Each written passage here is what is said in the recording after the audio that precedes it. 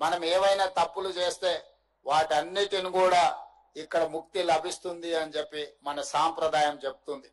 అందుకే ఈరోజు తప్పులు చేసినా చేయకపోయినా కొన్నిసార్లు అనుకోకుండా కూడా కొన్ని తప్పిదాలు జరుగుతుంటాయి.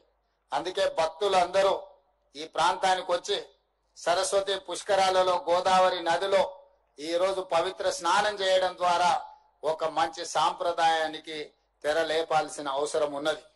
నా హయంలోనే నేను అదృష్టంగా భావిస్తున్నా.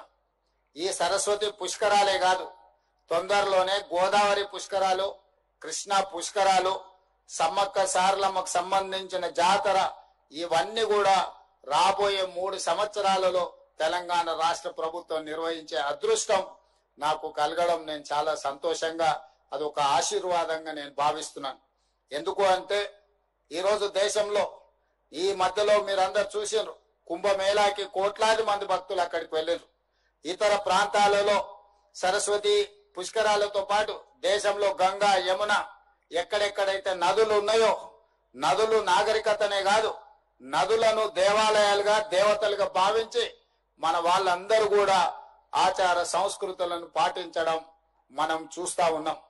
అందుకే ఈరోజు తెలంగాణ రాష్ట్రంలో రాబోయే పుష్కరాలు, గోదావరి పుష్కరాలు, అదేవిధంగా కృష్ణా పుష్కరాలను అద్భుతంగా నిర్వహించాలని వాటికి పునాదులు ఈరోజు ఈ సరస్వతి పుష్కరాల సందర్భంగానే మనం ఇవన్నీ ఏర్పాటు